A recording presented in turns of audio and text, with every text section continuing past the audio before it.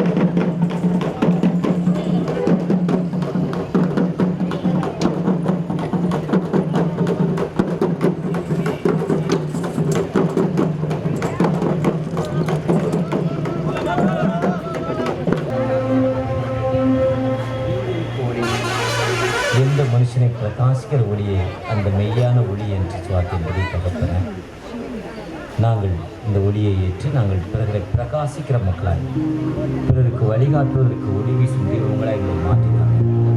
பிதா குமாரன் பரிசுத்தாவின் நாமத்தினார் ஆமென். உங்கள் யாவரையும் வாழ்த்துகிறேன். அருமையான அன்பு ஆயர் மற்றும் நம்முடைய தூய மேத்தியஸ் பள்ளியின் பிரின்சிபல் மற்றும் வந்திருக்கிற அருமையான ஆயருடைய மாமா சிறப்பான பாடகர். உண்மையாகவே அவரே நான் பார்த்துக்கிட்டே இருக்கிறேன். அந்த ஒரு சிறப்பான டோன், நல்ல இசை. அவங்க தம்பி ரொம்ப அருமையாக 3 பேடை அவர் இசைக்கருவி வாசித்து கொண்டிருக்க அவர் மற்றும் வந்திருக்கிற என்னமோடு கடந்து போன ஏரியா சேர்மன் மற்றும் வந்திருக்கிற விஏபிஸ் பாடல் குழுவினர் ஒவ்வொருவரையும் வாழ்த்துகிறேன். இது ஒரு விசேஷித்தமான ஒரு நாள். வருஷத்தில் ஒரு நாள் நம் ஆண்டவருக்கு நன்றி செலுத்தும் பண்டிகை. கடந்த மாதத்தில் கடைசி வாரத்தில் குற்றாலத்தில் நடந்த பண்டிகையில், இந்த அரிப்பின் பண்டிகையில் அந்த கம்யூனியன் சர்வீஸ் ஒரு 3000 பேர் கலந்து கொண்டாங்க. 3500 4000 பேர். ஒரு பெரிய கேம்பஸ், அது ராக்கால் என்று பெயர். அந்த கேம்பஸ் ஃபுல்லாக முழுவதும் மக்கள். அது 3 நாள் நடக்கிற ஒரு கூட்டம். இது திருநெல்வேலியில் என்ன சொல்லுவாங்க, தவ உற்சவம்னுவாங்க. தவசோத்சவம்னு சொல்லுவாங்க. 3 நாட்கள். வெள்ளிக்கிழமை சாயங்காலம் போயிட்டாங்கன்னா வெள்ளிக்கிழமை சாயங்காலம், சனிக்கிழமை முழுமையாக, சண்டே ஞாயிற்றுக்கிழமை மாலை வரை மக்கள் ஒரு இடத்தில் கூடி ஆண்டவருக்கு நன்றி செலுத்துவாங்க. இது திருநெல்வேலி மாவட்டத்துடைய மேற்கு பகுதியுடைய வழக்கம். திருநெல்வேலி கிழக்கு பகுதி, தூத்துக்குடி மாவட்டத்துடைய பழக்கம். இதற்கு பெயர் அசன பண்டிகை என்று பெயர். இப்போ அங்கே 10 நாட்கள் நடைபெறுது. 10 நாட்கள் உணவு, இலவச உணவு. இப்போ இன்றைக்கி ஐயா சொன்னார். அவரை நான் எப்படி கவனிச்சேன்னா, இவர்கிட்ட அவர் சொன்னார் அன்னதானம்னு சொன்னார். அப்புறம் அது ஊர் தலைவர்னு நினச்சிக்கிட்டேன் நான் சிறப்பாக. அதே மாதிரி அன்னதானம் கல்யாண வீட்டில் போடுற மாதிரி இட்லி வடை கேசரி வச்சாங்க, வடை வச்சாங்க, இட்லி வச்சாங்க, பூரி வச்சாங்க, பொங்கல் வச்சாங்க, கார சட்னி, சூப்பர் கார சட்னி. அந்த கார சட்னி ஆந்திராவில் ஃபேமஸ்ஸு. அந்த கார சட்னி, நல்ல சட்னி, சாம்பார், இதெல்லாம் கொடுத்த மாமனிதர் இவர் தான். அவரையும் காட்டினாங்க. இதே மாதிரி 10 நாட்கள் தூத்துக்குடி மாவட்டத்தில் பண்டிகை. 10 நாட்கள் உணவு. முன்ன வாரத்தில் அந்த 10 நாள் ஒரு நாள் தான் ஃப்ரீ உணவு கொடுத்தாங்க. அதுக்கு மக்கள் வரமாட்டாங்க, வெளியூர்லேருந்து தங்க மாட்டாங்கன்னு 10 நாட்கள் உணவு. அது எப்படி ஆரம்பித்தார்னா, ராணி சைர்வாள் இங்கே நமக்கு கவுடி மாதிரி, ஆண்டர்சன் மாதிரி அங்கே ராணிஸ். சென்னை பேரத்தில் ஆண்டர்சன் எப்படி சென்னையில், காஞ்சிபுரத்தில், அரக்கோணத்தில் வேலை செஞ்சாங்களோ, கவுடி ஐயா எப்படி திருவள்ளூரில் வேலை செஞ்சாங்களோ, அதேமாதிரி அங்கே ராணி சைர்வாள். சோறு பொங்குறப்போ ஒருபடி அரிசி எடுத்து போட்டுடணும். அதை வாரத்தில் ஒரு நாள் கேட்டிகிஸ்ட், இந்த கலர் சட்டை போட்டுக்கவங்களாம் வீட்டில் அதுக்கு அரிசியை வாங்கிட்டு வருவாங்க.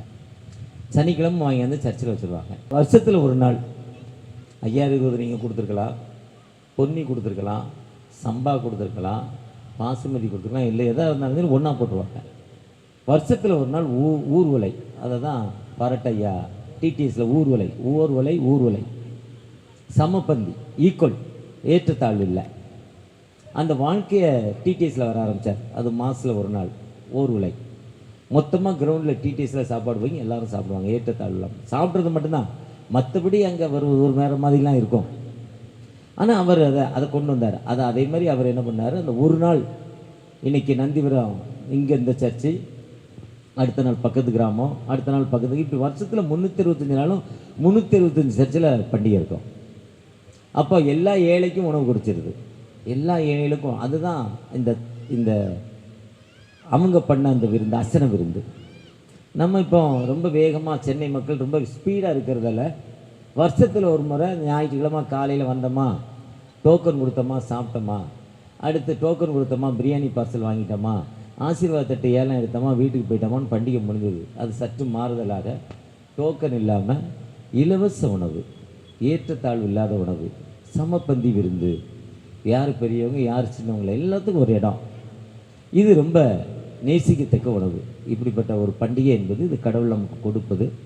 அப்போ கடவுள்கிட்ட நம்ம என்ன கேட்குறோமோ அதை நம்ம கொடுக்கும் ஆண்டவர். நிறைய பேர் ஒரு சகோதரி அந்த குற்றால பண்டிகையில் இதே மாதிரி ஒரு பழத்தட்டு நிறையா கொண்டாந்து வச்சு ஒரு 5000 ரூபா பொருள் 10,000 ரூபா பொருள் காணிக்க வச்சாங்க. வச்சுட்டு சொன்னாங்க, எனக்கு போன வருஷம் இந்த பண்டிகையில் எனக்கு கற்பத்தின் கனி இல்லை, இந்த பண்டிகையில் ஜெபம் பண்ணேன், ஆண்டவர் என்னை ஜெபத்தை கேட்டு எனக்கு குழந்தையோடு இங்கே வந்திருக்கிறேன், அதற்கு ஆசீர்வாதமாக 1 பவுனோ எவ்வளவோ நகை வச்சு, 1 பவுனோ 1 கிராமோ நகை வச்சு பழங்கள் வைத்து ஏலத்தட்டு வச்சுருந்தாங்க அந்த பண்டிகையில். அதே மாதிரி நீங்கள் அர்ப்பணிப்போடு உங்களுடைய தேவைகளை சொல்லி ஆண்டவரை நோக்கி பார்க்குறப்போ ஆண்டவர் உங்களுக்கு விடுதலை கொடுக்கும் ஆண்டவர். அந்த ஆண்டவர் உங்களுக்கு வாழ்வு கொடுக்கும் ஆண்டவர். அவர் சொல்கிறார், கூப்பிடுகிற எளியவனுக்கும் என்று சொல்கிறார். யார் கால் பண்ணுறானோ அவனுக்கு தான் வாழ்வு கொடுக்கும் ஆண்டவர். அதுதான் சங்கீதம் 67. அவர் மகா பயங்கரமான ஆண்டவர். அந்த ஆண்டவற்றை நம்ம கூப்பிடுறப்போ ஆண்டவர் விடுதலை கொடுக்கும் ஆண்டவர். அந்த மக்கதோனியா திருச்சபை மக்கள் அப்போஸ்தலர் 16ஆம் அதிகாரத்தில் அந்த பவுலடிகள் எங்கெங்கேயோ மக்கள் ஆசியா போகிறாரு, பித்தானியா போகிறாரு, பீர்சியா போகிறாரு, எங்கெங்கேயோ போகிறார். ஆனால் எங்கே போனாலும் ஊழியம் இல்லை. இந்த மக்கதோனியா திருச்சபை மக்கள் அவரை அழைக்கிற மாதிரி ஒரு தரிசனம் அவருக்கு கிடைக்கி, அந்த தரிசனத்தின் அடிப்படையில் தான் அவர் அப்போஸ்தலர் 16ஆம் அதிகாரத்தில் அந்த மக்கதோனியாவுக்கு போகிறாரு. அந்த மக்களுக்கு தான் சொல்கிறாரு, அந்த மக்கள் தங்கள் சிறுமையிலும் ஆண்டவருக்கு என்று கொடுத்தார்கள், தங்களுக்கு இல்லாத நிலைமையிலும் கொடுத்தார்கள். ஆனால் அந்த ஆண்டவர் சொல்கிறாரு, என்ன சொல்கிறாருன்னா, விதைக்கிறவனுக்கு விதையையும், நீ கொஞ்சமாக விதைச்சா 1 மூட்டை நெல் விதைச்சா 100 மூட்டை, 100 மூட்டை விதைச்சனா 1,00,000 மூட்டை. நீ எவ்வளோ வேலை செய்கிற அதுக்கு தான், அதுக்கு மேலே உனக்கு காசு இல்லைங்கிற. அந்த 2 Corinthians 9 சொல்கிறப்ப எப்படின்னா, ஒரு தம்பி ரொம்ப பாஸ்டிங் ஜெபம் பண்ணார். தகப்பனே ரொம்ப பசிக்குது, சோறு கொடுன்னு கடவுள்கிட்ட கேட்டார், சாப்பாடு கொடுன்னு. அப்போ ஆண்டவர் உனக்கு சாப்பாடு தாப்பா வேணும்னு கூப்பிட்டு போய் இங்கே இருக்க ஒரு உரக்கடையில் கூட்டிகிட்டு போயிட்டு அங்கே போய் வாழைப்பழ விதையை வாங்கி கையில் கொடுத்துட்டார். இதாண்டா உணவுன்ட்டார். வாழைப்பழ விதையை வாங்கி கையில், என்னப்பா இது விதையை எப்படிப்பா சாப்பிடுவோம், சீடை போய் எப்படி சாப்பிட முடியும், இது நனைய வைக்கணும், முளைக்க வைக்கணும், ஏதோ இது கொண்டு போய் போடு. எதுக்கு கல்யாண வீட்டில் வாழை மரம் கட்டுறோம், எப்படி ஒரு வாழையை வச்சு அந்த வாழையிலேருந்து அடி வாழை இன்னொரு வாழை வந்துக்கிட்டே இருக்கும், அதே மாதிரி வந்துக்கிட்டே இருக்கும். நீ வாழையடியாக வாழைன்னா வேலை செஞ்சு சாப்பிட்றான்னு கொடுத்துட்டார். சும்மா ஆண்டவர் கொடுக்க மாட்டார் யாருக்கும். அதுதான் நேற்று ஒரு மெசேஜில் சொன்னேன். ஒருத்தர் இப்போ ஆலநையர் இருக்கார், ஆலநையர்கிட்ட கொண்டாந்து இவர் கொண்டாந்து, ஐயா நான் இவ்வளோ நான் பிரின்ஸிபலாக இருக்கேன், என் பொண்ணு ஒரு காலேஜில் ப்ரொஃபஸராக இருக்காங்க, என் மகன் ஃபாரினில் படிச்சிருக்கான், நிறையா சம்பளம் வருது, மாதத்துக்கு ஒரு 5 லட்ச ரூபா வருது, இந்தாங்க ஒரு 5 லட்ச ரூபாய்க்கு இந்த மக்களுக்கு ஏதாவது கொடுங்கன்னு அவர் கொடுத்தார். இன்றைக்கி சாப்பாடு கொடுத்த மாதிரி கொடுத்தோன்னே ஒரு செக்ரட்டரி கொடுத்தாரு. செக்ரட்டரி யாருன்னு தெரியல, அங்கே இருக்கார். செக்ரட்டரி, ஐயா நான் இதை எப்படி கொடுக்கறதுன்னா, வாங்கினதுனா எப்படி கொடுக்கறதுன்னா, நான் எப்படி கொடுக்கணும், நீங்கள் கொடுக்குற மாதிரி கொடுக்கணுமா கடவுள் கொடுக்குற மாதிரி கொடுக்கணுமான்னு செக்ரட்டரி கேட்டேன். ஆலனையா சொன்னார், நான் கொடுக்குற மாதிரி கொடுப்பான்னு. நான் கொடுக்குற மாதிரி கொடுன்னா நீங்கள் 500 ஃபேமிலின்னு வைங்களேன், 5 லட்ச ரூபாயை பிரித்தா ஒரு ஆளுக்கு 1000 ரூபா வருதுன்னா எவ்வளோ அதை பிரித்து சரி சமமாக கொடுத்துட்டாரு. அப்புறம் இன்னொருத்தர் வந்து ஐயா ஆலனையா நீங்கள் நல்ல யூத் போர்டு டைரக்டாக இருந்தீங்க, செங்கல்பட்டில் பெரிய சர்ச்சில் இருந்தீங்க, நல்ல வேலை செஞ்சீங்க, நீங்கள் ஒரு ஹாஸ்டல் நடத்துனீங்க, அந்த ஹாஸ்டலில் ஏழை பிள்ளைகளுக்கு இந்த பிள்ளைகளுக்கெல்லாம் ஏதாவது கொடுங்க, அங்கே செங்கல்பட்டில் ஒரு ஹாஸ்டல் இருந்துச்சு, அதுக்கு எதாவது செஞ்சீங்கன்னு ஒருத்தர் கொண்டாந்து கொடுத்தார். அவர் கூப்பிட்டு செக்ரட்டரி, அப்பா செயலரே நாங்கள் இதை வச்சுக்கோங்க கொடுங்க. செயலரும் பொருளரும் வந்து கேட்டாங்க, ஐயா நாங்கள் எப்படி கொடுக்கணும்? நீங்கள் கொடுத்த மாதிரி கொடுக்கணுமா, கடவுள் கொடுத்த மாதிரி கொடுக்கணுமா? நான் கொடுத்த மாதிரியே கொடுப்பானார். அப்போ அதை எல்லாத்தையும் பிரித்து எல்லா பிள்ளைகளுக்கும், அங்கே 60 பிள்ளைகள் இருக்குதுன்னு நினைக்கிறேன், 60 தானே, 70 பிள்ளைகள், 70 பிள்ளைகளும் செங்கற்பட்டில் சரிசமமாக பிரித்து கொடுத்துட்டாங்க. இன்னொருத்தர் வந்தார். இப்போ அவங்க தம்பி கீபோர்ட் போடுறாரு, நல்ல வசதியாக தான் இருக்கார். ஒரு பிரின்ஸிபலும் ஸ்கூலில் இருக்கார், 3 போர்டு வச்சு போடுறாரு, நல்ல பிளேயரு, நல்ல தாளந்து கொடுத்துருக்காரு. அவர் ஒரு 10 லட்ச ரூபாயை கொண்டாந்து, அண்ணா அந்த நீ நல்லா ஊழியம் பார்க்குற, சூப்பராக கீழேயே அங்கி போட்டு தரையிலே உட்காந்து பாடுற, வித்தியாசமாக இருக்கிற, அதனால் இந்த 10 லட்ச ரூபாயை அதை கொடுனான்னு. இவர் இந்த 10 லட்ச ரூபா வாங்கி அந்த செயலர் பொருளை கூப்பிட்டு கொடுங்கப்பானார். இந்த செயலர் பொருளை திரும்ப கேட்டாங்க, நாங்கள் எப்படி கொடுக்கணும்? நீங்கள் கொடுத்த மாதிரி கொடுக்கணுமா, கடவுள் கொடுத்த மாதிரி கொடுக்கணுமா? அப்போ இதே மாதிரி இந்த கேட்டிகிஸ்லாம் வெள்ளை ப்ளூ சட்டை போட்டுக்கலாம் வந்து, இல்லையா 2 முறை நீங்கள் கொடுத்த மாதிரி கொடுத்தாச்சு, இப்போ கடவுள் கொடுத்த மாதிரி நீங்கள் கொடுங்க. கடவுள் எப்படி தான் கொடுக்குறா தெரியலையேன்னு சொன்னாங்க. உடனே ஐயர், சரிப்பா கடவுள் கொடுத்த மாதிரி கொடுங்கன்னாரு. கடவுள் கொடுத்த மாதிரி கொடுத்தோன்னா ஒருத்தருக்கு 5 லட்ச ரூபா, ஒருத்தருக்கு 1 லட்ச ரூபா, ஒருத்தருக்கு 5000 ரூபா, ஒருத்தருக்கு எம்டி காலியாக போச்சுறான்ட்டேன். நீங்கள் கொடுத்த மாதிரினா லெவலாக கொடுக்குறாருன்னா, கடவுள் என்ன ஒரு ஆளுக்கு அதிகமாக ஒரு ஆளுக்கு கொஞ்சமாக கொடுக்குறாருன்னா, அவன் தாளந்தை எப்படி பயன்படுத்துகிறான் அவனுக்கு கொடுக்கும் ஆண்டவர். அவருக்கு பாடுறாரு, பாடுறதுக்கு நல்லா ட்ரைனிங் பண்ணியிருக்காரு, நல்லா பாடுறாரு. கடவுள் கொடுத்த தாளந்தை பாருங்கள், இசைப்பாட்டு எவ்வளோ அழகாக தமிழ் பாட்டு பாடினாரு. நான் அவரை பார்த்து போட்டி போட்டால் நடக்குமா? ஆண்டவர் அந்த இடத்துல இரக்கம் இல்லாத ஆண்டவர், அந்த கொடுக்குற விஷயத்தில் ரொம்ப சரியான ஆண்டவர். கையில் 60 ரூபா வச்சுருப்பார். 5 வாங்கினல 10 ஆக்குனியா, நீ உண்மையும் உத்தமுள்ள ஊழியா, யுவர் ஏ குட் பீப்புளுங்கிற. 2 4 ஆக்கினல நல்லவன். 1 வாங்கணும்னு என்ன பண்ணார்? அமைதியாக சமாதானத்தோடு போப்பான்னு சொன்னாரா? இது நெருப்பில் தூக்கி போட அவனை கொல்றான்ட்டார். யார்? வாழ்வு கொடுக்க வந்து இயேசு. அங்கே ஜட்ஜ்மெண்ட் என்ன இருக்குன்னா, வேலை செய்யாதவனுக்கு என்ன பண்ணுறது இல்லை, கொடுக்கறது இல்லை. எவன் வேலை செய்கிறானோ அவனுக்கு மட்டும்தான் கொடுக்க மாட்டவன். அதுதான் விதைக்கிறவனுக்கு விதையும், அதுதான் சிறுக விதைக்கிறவனுக்கு. நீ சிறுக விதைச்ச அவனுக்கு அவ்வளோதான், நீ பெருக விதைச்ச அவனுக்கு பெருக கொடுக்கும் ஆண்டவர். அப்போ நீங்கள் நானும் எப்படி விதைக்கிற மக்களாய் ஆண்டவர்கிட்ட காணப்படுறோம். ஆண்டவருடைய சரிதானத்தில் வந்திருக்கிற நீங்கள் நானும் இன்னைக்கு இந்த வருஷம் முழுவதும் அவர் சொன்னார்.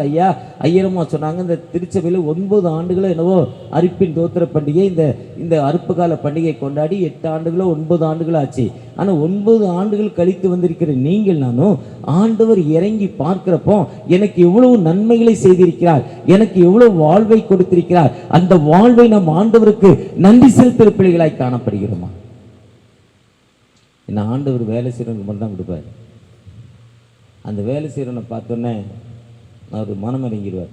அந்த இடத்துல மதத்தை கேட்குறதில்ல, ஜாதியை கேட்குறதில்ல, திருவிலியம் படிக்கிறியா, பவர் பைபிள் படிக்கிறியான்னு கேட்குறதில்ல, மோனகன் படிக்கிறியான்னு கேட்குறதில்ல, நீ பைக்கில் போனியா காரில் வரியான்னு கேட்குறதில்ல, நீ கேட்டிகிஸ்டா ஐயரா பிஷப்பான்லாம் கேட்குறதில்ல. அவன் எவ்வளோ வேலை செய்கிறானோ வேலைக்கு தகுந்த கூலியை கொடுக்கும் ஆண்டவர். அந்த வேலையை பார்த்து அவனை உயர்த்தும் ஆண்டவர். அவன் உயர்கிறான் என்றால் அவன் சரியாக வேலை செய்கிறான். எப்படின்னா அழகா நேற்று ஒரு புராண கதை கேட்டேன், அதை நான் சற்று மாற்றி சொல்கிறேன். அதை என்னால் இப்போ இப்படி சொல்ல முடியாது. ஒரு ஆலன் மாதிரி ஒரு ஜெபிக்கிற ஒரு ஆயர், நல்லா ஜெபிக்கிறார், காத்திருந்து ஜெபிக்கிறார். 1 மாதம் 2 மாதம் பாஸ்டிங் பிரேக், கடுமையான பாஸ்டிங், பச்சை தண்ணியில் கூட பல்ல படலை, கடுமையான பாஸ்டிங். உடனே கடவுள் இறங்கி, என்னப்பா இவ்வளோ மோசமாக பாஸ்டிங் பண்ணுறீ, என்னப்பா வேணும், கொஞ்சம் பொறுங்க, நான் கேட்குறது எனக்கு தாங்க சொல்லிட்டாரு. உடனே கடவுள் போயிட்டார். இன்றைக்கி சிறப்பு அழைப்பாளர்கள், சிறப்பு செய்தியாளர், வட்டார தலைவர் அருள்ருட்டி சவுந்தரபாண்டியன், இதுக்கு பதில் சிறப்பு அழைப்பாளர் மோகன் சி லாசரஸ், சிறப்பு அழைப்பாளர் பென்னிகன் பில்லி கிரஹாம், இல்லைன்னா கோட்ஸே. ஆவடியில் ஒரு பிள்ளைலாம் பாடுவார் ஒரு பாட்டு, ஒருத்தர் பேர் மறைஞ்சேன். இவர் பேர் போட்டு தான் இன்னைக்கு கூட்டம் எப்படி இருக்கும்? கண்ட்ரோல் பண்ண முடியுமா? கண்ட்ரோல் பண்ண முடியுமா? முடியாது, முடியாதுல்ல. இதே மாதிரி ஆலன் மாதிரி ஜெபிக்கிறவர் அந்த இடத்துக்கு வந்தார்.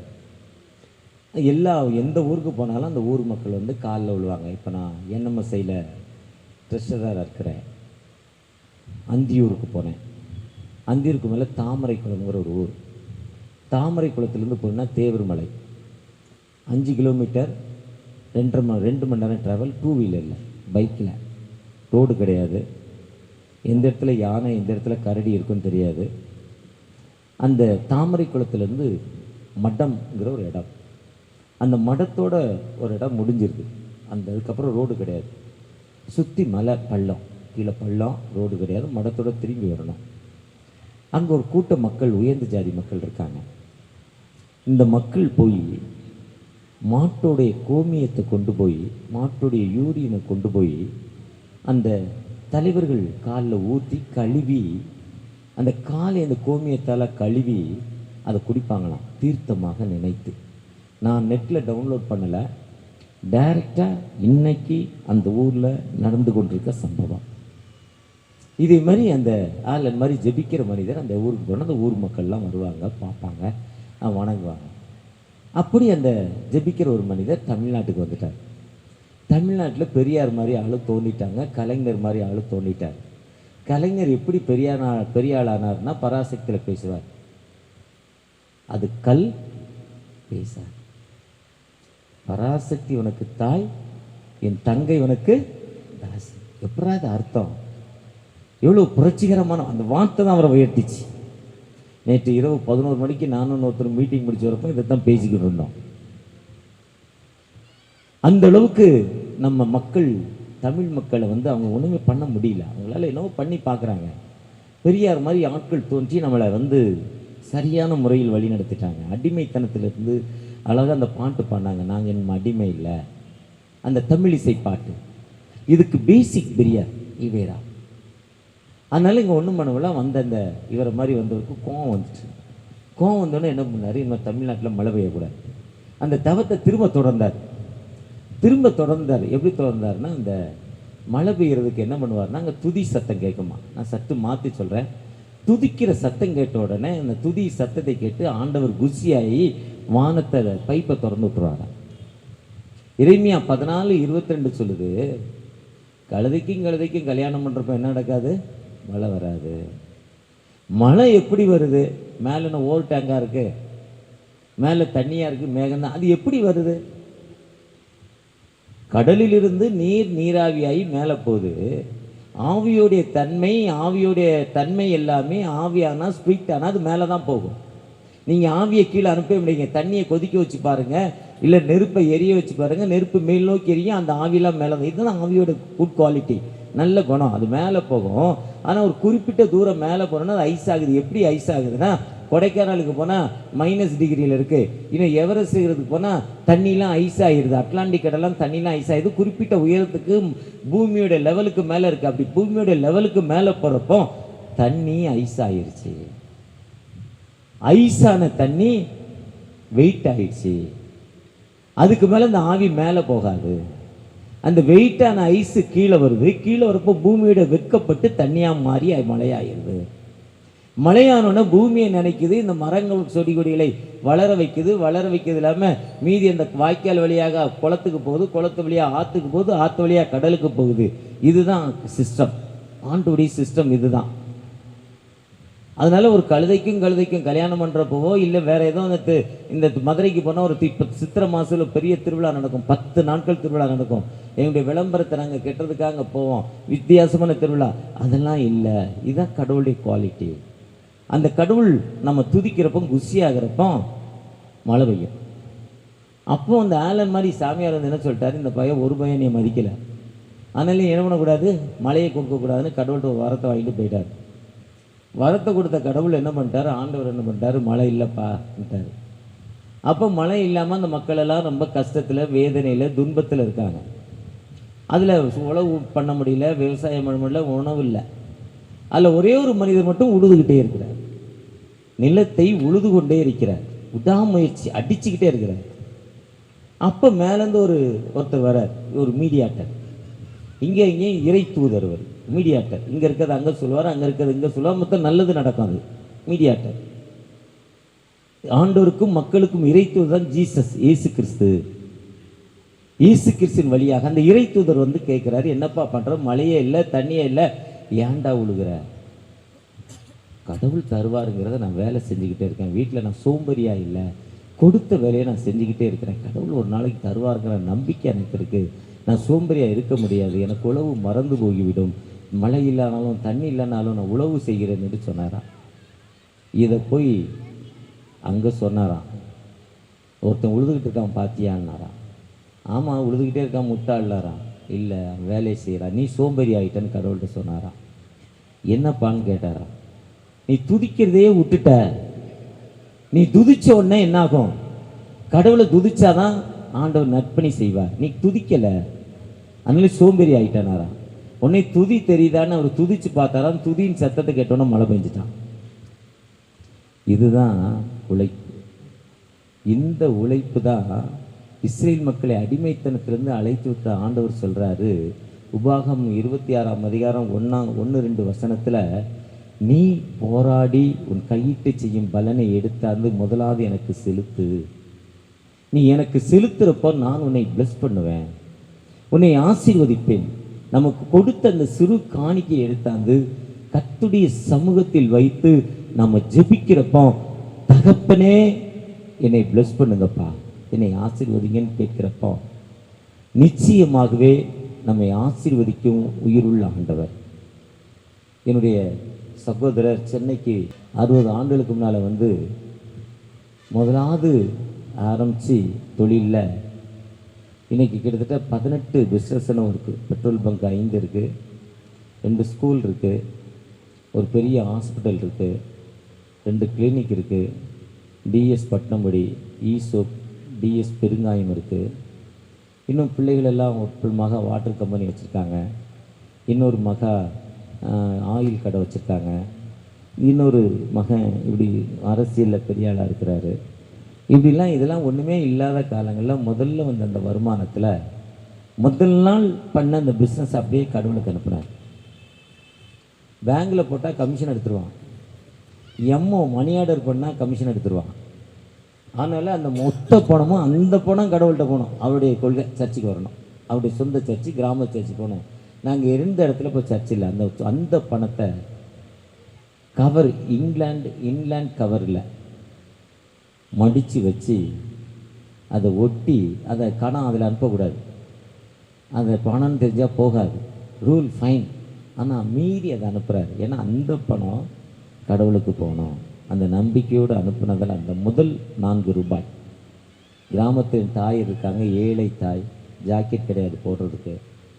தாய்க்கு அனுப்புனா செலவு பண்ணிடுவாங்க, நாளைக்கு கொடுப்பாங்க, அப்புறம் கொடுக்கலான்னு நினைப்பாங்க. இல்லை நேரே கேட்டகிஸ்டுக்கு அனுப்பி அதை ஜெபம் பண்ண வச்சார். அந்த பிளெஸ்ஸிங் தாங்க மனிதனை நம்மை உயர்த்துகிறது. அதுதான் ஆண்டோடைய சன்னிதானத்தில் வந்திருக்கிற நீங்கள் நானும் கடவுளுக்காக என்ன செய்கிறோம்.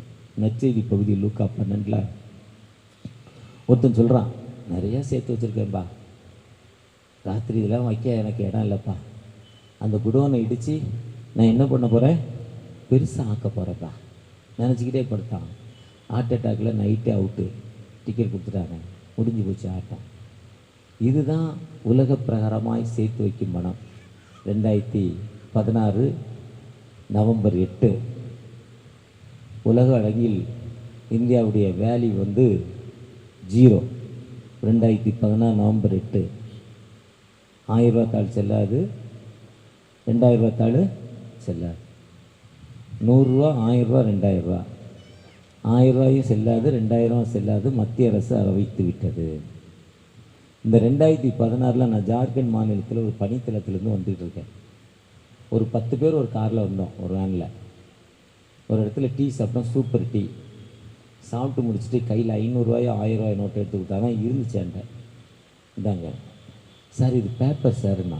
எனக்கு அப்போ தான் தெரியும் எத்தனை பேர் ஏடிஎம் கார்டு வச்சு பட்னியாக இருந்தாங்க தெரியுமா. பேங்கில் பணம் எடுக்க முடியல, ஒரு வாரம். பேங்கெல்லாம் என்ன பண்ணிட்டாங்க, பந்த் பண்ணிட்டாங்க. பணம் வச்சுருக்கெல்லாம் பட்னி. சம்பளம் காசாக வாங்கினா பாருங்க, 100 ரூபா 50 ரூபா அவன்லாம் சாப்பிட்டான். பணக்காரெல்லாம் பிச்சைக்காரனா ரோட்டில் இருந்தான். இதுதான் இதே நிலைமை.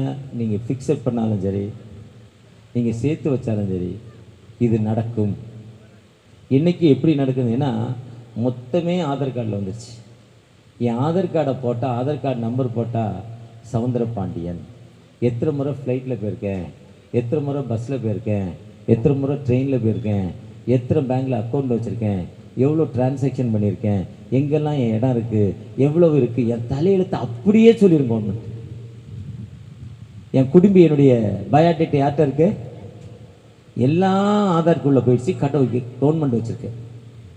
நான் சுதந்திரமாக எந்த வகையிலுமே செயல்பட முடியாது. சுதந்திரமாக செயல்படணும்னா ஒரே வழி என்னென்னா, ஒரு அம்மா கிட்ட போய் ஒரு பிச்சைக்காரன் சாப்பாடு கேட்டான். சாப்பாடு கொடுத்தனா அந்த அம்மா கொடுக்கும். சாப்பாடை வாங்கிட்டு அவன் அந்த அம்மாவை வாழ்த்த மாட்டான். ஆண்டவருக்கு நன்றி, ஆண்டவருக்கு நன்றின்ட்டு போயிடுவான். அந்த அம்மா வாழ்த்தவே இல்லை, வேறு மாதிரி 2 வார்த்தை சொல்லுவாங்க. எனக்கு மறந்துச்சு அந்த அந்த சம்பவம், அந்த கதையை எனக்கு மறந்துட்டு. பயங்கரமான வயதான பெரியவன் கிழவனுக்கு ஒரு நம்ம சாப்பாடு கொடுக்குறோம், சூடாக இட்லி இன்றைக்கி கொடுத்தவன், நல்ல இட்லி, கார சட்னி, நல்ல வடை, இப்படி சூடாக கொடுத்தா நம்மளை வாழ்த்தலையே, கடவுளுக்கு நன்றி கடவுளுக்கு நன்றின்னு சொல்லிட்டு போனால் இந்த பயலுக்கு ஒரு நாள் விஷத்தை வச்சு சாப்பாடை கொடுத்துடணும்னு நினச்சிச்சான். கொடுத்துட்டு உள்ளே போயிட்டு, அன்றைக்கி ஒரிஜினலாக கொடுத்துட்டு உள்ளே போயிட்டு, உள்ளே போன பிறகு கொஞ்ச நேரம் கழித்து மகன் வந்தான். கீழே விழுந்து ஆக்சிடெண்ட் ஆகி எலும்புகள் எல்லாம் மடிப்பட்டு சட்டையெல்லாம் கிழிச்சு ரத்தத்தோடு வந்தான். ஐயோ அம்மான்னு அந்த அம்மா பதறிச்சு, என்னடா ஆச்சு என்னடா ஆச்சுன்னு உதறினாங்க. பைக்கில் வர்றப்போ மயக்கம் வந்து லோ சுகர் ஆகி கீழே விழுந்துட்டேம்மா. லோ சுகர் ஆகி கீழே விழுந்ததால் அங்கே ஒரு வயதான தாத்தா கையில் 4 இட்லி வச்சுருந்தாரு. அந்த இட்லி எனக்கு தந்தார். அந்த இட்லி சாப்பிட்டது பிறகு தான் எனக்கு நல்ல ஒரு தெளிவு வந்ததும்மான்னு சொன்னாராம். இதுதான் லைஃப். அது யாருன்னா, இந்த அம்மா கொடுத்த, அந்த பிச்சைக்காரன் கொடுத்த இட்லி அந்த பிச்சைக்காரவனுக்கு கொடுத்தான். ஒருவேளை அதுதான் தர்மம் தலை காக்கும்னு சொல்கிறாங்க. ஒருவேளை நீங்கள் நான் இன்னைக்கு வலது கைக்கும் இடது கைக்கும் தெரியாத எவ்வளோ மக்கள் அழிந்து கொண்டிருக்காங்க. அந்த மக்களுக்கு நாம் கொடுக்கிற மக்களாய் காணப்படுகிறோமா?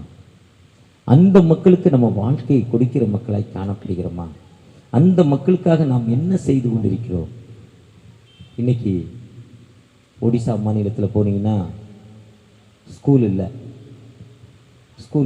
ஒடிசா மாநிலத்தில் 100 கிலோமீட்டருக்கு ஒருக்கா தான் ஒரு ஸ்கூல் இருக்குது. 100 கிலோமீட்டருக்கு ஒருக்கா. வெஸ்ட் பெங்காலில் போனீங்கன்னா டார்ஜிலிங், கொடைக்கானல், ஊட்டியை விட பெரிய டூரிஸ்ட் சென்டர் டார்ஜிலிங். அதிலிருந்து ஒரு 5 கிலோமீட்டர் மலைப்பகுதியில் பார்த்தீங்கன்னா பிள்ளைகள் படிப்பதற்கான ஸ்கூல் இல்லை, கவர்மெண்ட் போக்குவரத்து இல்லை, அரசாங்க போக்குவரத்து இல்லை. இன்றைக்கி சாதாரண கிராமங்கள் கூட நமக்கு அரசாங்க போக்குவரத்து தமிழ்நாட்டில் இருக்குது. இந்த தமிழ்நாட்டு மக்கள் எப்பவுமே முன்னேற்றமான மக்கள்.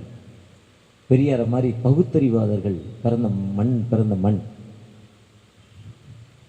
அந்த 10 கிலோமீட்டர் நான் ஒரு ஸ்கூலுக்கு கடந்த 2 மாதத்துக்கு முன்னால் போயிருந்தேன். சாதாரண கார் போகுது, 4 வீல் டிரைவ் தான் போகும். அது 3 கிலோமீட்டர் போகுது. 3 கிலோமீட்டருக்கு கிட்டத்தட்ட 20 நிமிஷம் போகுது. அதுக்கப்புறம் 3 கிலோமீட்டர் நடக்கணும், 1 ஹவர். கீழே நடக்கணும் இல்லை மேலே நடக்கணும். 25 பிள்ளைகள். அந்த ஸ்கூலோடைய ஸ்ட்ரென்த்து.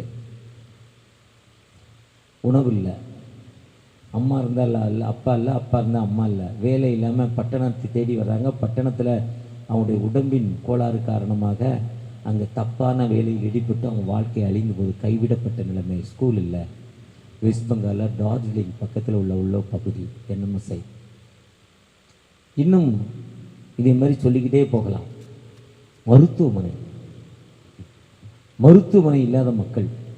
காலையில் ஜபா ஐயர் சொன்னார், அவங்க கோயிலிருந்து இங்கே ஒரு கிராமத்துக்கு போய் 100 கிராமத்தை கண்டுபிடிச்சி 100 கிராமத்தில் மெடிக்கல் கேம்ப் நடத்தினா சொன்னார்.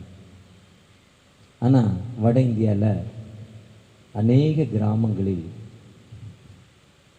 மருந்தே இல்லை, மக்களே இல்லை.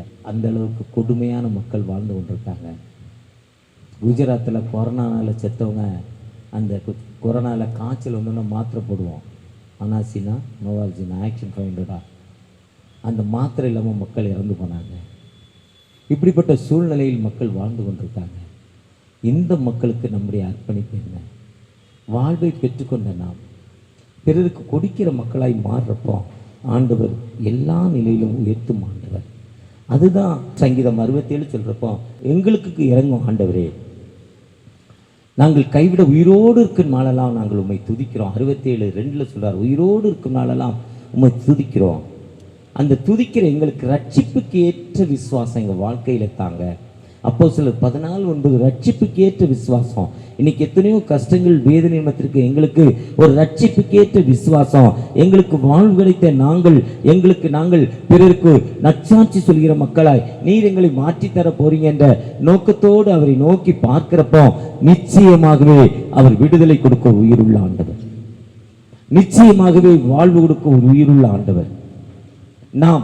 நம்முடைய தாத்தா எப்படி இருந்தாங்க நினைச்சு பாருங்க, நம்ம அப்பா எப்படி இருந்தாங்க நினைச்சு பாருங்க, அவங்க எப்படிப்பட்ட நிலைமையில பின்தங்கின நிலைமையில இருந்தாங்க. ஆனா இன்னைக்கு நான் ஸ்கூல் டீச்சரா, எச்எம்மா, ஒரு மாடல், ஒரு லக்ஸரி கார், ஒரு லக்ஸரி ஹவுஸ், இப்படி பல வகையில் நான் வாழ்ந்து கொண்டிருக்க எனக்கு ஆண்டவர் இப்படிப்பட்ட உயர்நிலையை தந்திருக்கிறார். இன்னைக்கு வலதுகைக்கும் இடதுகைக்கும் தெரியாத எவ்வளோ மக்கள் பின்தங்கின நிலைமையில இருக்காங்க. அந்த மக்களுக்கு நாம் என்ன செய்து கொண்டிருக்கிறோம்? காலைல வந்து ஏரியா சேர்மன் சொன்னார், இங்கே ஒரு கிராமத்தில் நம்முடைய சர்ச் கத்தீட்ரல் சார்பாக ஒரு நாளைக்கு 15,000 ரூபா கொடுக்குறாங்களாம். 25 முதியோர்களில் 9 பேர் கிறிஸ்தவ மக்களும் 16 பேர் அங்கே உள்ள மற்ற மதத்து மக்களும் சாப்பிட்றாங்க. இதுதான் கிறிஸ்தவம். நம்ம எப்படி கொடுக்குறோம்? இந்த காம்பவுண்டில், நீங்கள் நந்திவரம் காம்பவுண்டில் ஒரு நாளைக்கு ஒரு 10 பேருக்கு சோறு போடுங்களேன். எவ்வளோ ஏழை மக்களுங்க இருக்காங்களே, 10 பேருக்கு சோறு போடுங்க. இந்த ஊரை சேர்ந்த எத்தனையோ மக்கள் வசதியாக இருக்கீங்க, ஹெட்மிஸ்ட்ரஸாக இருக்கீங்க, ஹெட்மாஸ்டராக இருக்கீங்க, இவரை மாதிரி பிரின்சிபலாக இருக்கீங்க, வாழ்க்கையில் உயர்ந்திருக்கீங்க, எல்லா நிலையிலும் வசதியாக இருக்கிறோம். வசதியாக இருக்கிற நாம் ஏன் பிறருக்கு கொடுக்கிற மக்களாய் மாறக்கூடாது? அதான் நீ நடந்து வந்த பாதையை திரும்பி பாருங்க.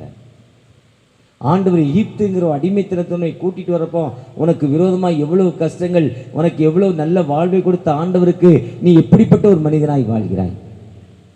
ஒரு விசை கூட அந்த சிந்தனையோடு இந்த பண்டிகையில் தகப்பனே எங்களோடு பேசியிருக்கீங்க. நன்றிப்பா.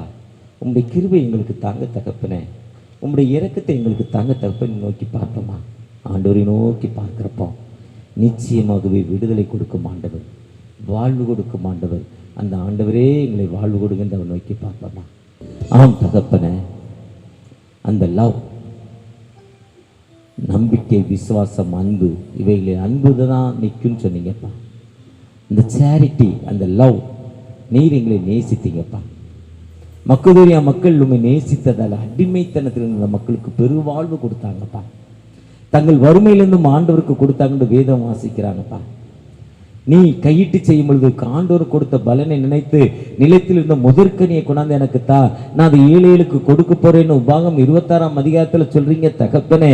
ஒரு விசை கூட சங்கீதம் 67 தேவனே எங்களுக்கு இறங்க, ப்ளீஸ் ஹெல்ப் மீ, எங்களுக்கு இறங்குங்கப்பா. நாங்கள் உயிரோடு இருக்கும் நாளெல்லாம் உண்மை துதிக்கும் மக்களாய் நாங்கள் இருக்கிறோம் தகப்பனே என்று அந்த லூக்கா 12ஆம் அதிகாரத்தில் இந்த உலகத்தில் சேர்த்து வைக்கிறப்ப ஒண்ணுமே இல்லை, நாங்கள் பிறருக்கு கொடுக்கிற மக்களாய் மாறுறப்பதான் எங்க வாழ்வு சிறக்கும் என்று சொல்லியிருக்கீங்க. அப்படிப்பட்ட வாழ்வை எங்க வாழ்க்கையில தாங்க தகப்பனே. இந்த அரிப்பின் வண்டியில தகப்பனே, எங்களுடைய பேராயத்துல எவ்வளவு மக்கள் பின்தங்கின நிலைமையினால பிஎஸ்சி நர்சிங் படிக்கிற ஒரு மகளுக்கு ஃபீஸ் கட்ட முடியல. ரெய்னி ஹாஸ்பிட்டல்ல ஐயா கல்யாணியில படிக்கிற எவ்வளவு பிள்ளைகள் ஃபீஸ் கட்ட முடியாத நிலைமையில இருக்கு. அந்த பிள்ளைகளுக்கு யார் செய்வது? அந்த பிள்ளைகளுக்கு யார் கொடுப்பது? எத்தனையோ மக்கள் படிக்க ஃபீஸ் கட்ட முடியாத நிலைமையில சிறு வயதுல திருமணம் நடந்து கொண்டிருக்கு. அந்த பிள்ளைகளுக்காக தகப்பனே, அந்த பிள்ளைகளுக்கு விடுதலைக்காக எங்களுடைய பேராயத்தின் சார்பாக தடா பகுதியில தகப்பனே, ஊழியத்தின் பாதையில எவ்வளவோ பின்தங்கின மக்கள் பள்ளிக்கு செல்ல முடியாத நிலைமையில் இருக்காங்க. எங்களுடைய பேராயத்தின் சார்பாக அப்படிப்பட்ட ஊழியங்களே நாங்கள் ஆசீர்வதித்து அந்த ஊழியத்தை தாங்க எங்களுக்கு கிருபை செய்யுங்க தகப்பனே என்று ஜெபிக்கிற அந்த பிள்ளைகளுக்காக ஜெபிக்கிறோம் தகப்பனே. இந்த அரிப்பின் பண்டிகையில வந்திருக்கிறேன், எனக்கு ஒரு விடுதலை கிடைக்காதா? எனக்கு ஒரு வாழ்வு கிடைக்காதா? எனக்கு ஒரு மீட்பு கிடைக்காதா? என் வியாதியிலிருந்து எனக்கு விடுதலை கிடைக்காதா? ஏக்கத்தோடு ஜெபிக்கிற, கண்ணீரோடு ஜெபிக்கிற அந்த பிள்ளைகளுக்காக தகப்பனே, ஒரு விதமான தலைவலியில் இருக்கிற எனக்கு ஒரு விதமான கண்வலி தகப்பனே, சுகர் வியாதினால சுகர் அதிகமாகி கண்கள் பழுதடைந்திருக்குப்பா. அந்த கண்களின் கைகளை வைத்து விசுவாசத்தோடு ஜெபிக்கிறேன் என்று ஜெபித்துக் கொண்டிருக்க அன்பு மகளுக்காக தகப்பனே, காலையில் எழுந்திருக்கிறப்போ லோ பிரஷர் ஹை பிரஷர் மூலம் என்னால எழுந்திருக்க முடியலப்பா, கீழே தள்ளுது, நான் என்ன செய்வேன்? ஏக்கத்தோடு இந்த பிரஷருக்கு நான் என்ன மருந்து சாப்பிட்டாலும் சரியாகலையே, உப்பு இல்லாம சாப்பிடுறேன் சரியாகலையே, ஏக்கத்தோடு ஜெபிக்கிற அந்த அன்பு மகளுக்காக தகப்பனே, தைராய்டுங்கிற வியாதியினால கஷ்டத்தின் மத்தியில துன்பத்தின் மத்தியில ஜெபிக்கிற அந்த பிள்ளைகளுக்கு எனக்கு இந்த வியாதியிலிருந்து விடுதலை தருவீரானால் அந்த மருத்துவத்துக்கு செலவிய உம்முடைய ஊழியத்திற்காக, மிஷன் ஊழியத்திற்காக நான் அர்ப்பணிப்போடு கொடுக்கிறேன்ப்பா. மிஷன்களை தாங்குவதற்காக, காஸ்பல் சொல்வதற்காக நான் என்னுடைய அந்த பணத்தை அந்த மெடிக்கலுக்கான செலவை கொடுக்கிறேன் என்று ஏக்கத்தோடு ஜெபிக்கிற அன்பு பிள்ளைகள் மத்தியில உம்முடைய பிரசனை இறங்கட்டும் தகப்பனே. திருமணமாகி பல ஆண்டுகள் ஆயும் குழந்தை பாக்கியம் இல்ல, கண்ணீரோடு இருக்கிற அன்பு பிள்ளைகளுக்காக தகப்பனே, திருமணம் தடைப்பட்டு வர்ற மாப்பிள்ளெல்லாம் ஓடிடுது, அப்படிப்பட்ட கண்ணீரோடு இருக்கிற அன்பு பிள்ளைகளுக்காக ஜெபிக்கிறோம். மனமிறங்கி ஆசீர்வதிங்க. உண்மையாகவே இந்த அறுவடை திருவிழாவில் வந்த எங்களுக்கு ஒரு விடுதலை கொடுங்க, ஆசீர்வதிங்க, வழிநடத்துங்க. மீட்பர் இயேசு மூலம் ஜெபம் கேளும் அன்பின் தகப்பனே, ஆமென். அறுவடை மிகுதியாலோ இல்லை, அன்பரின் கதறல் கேட்டி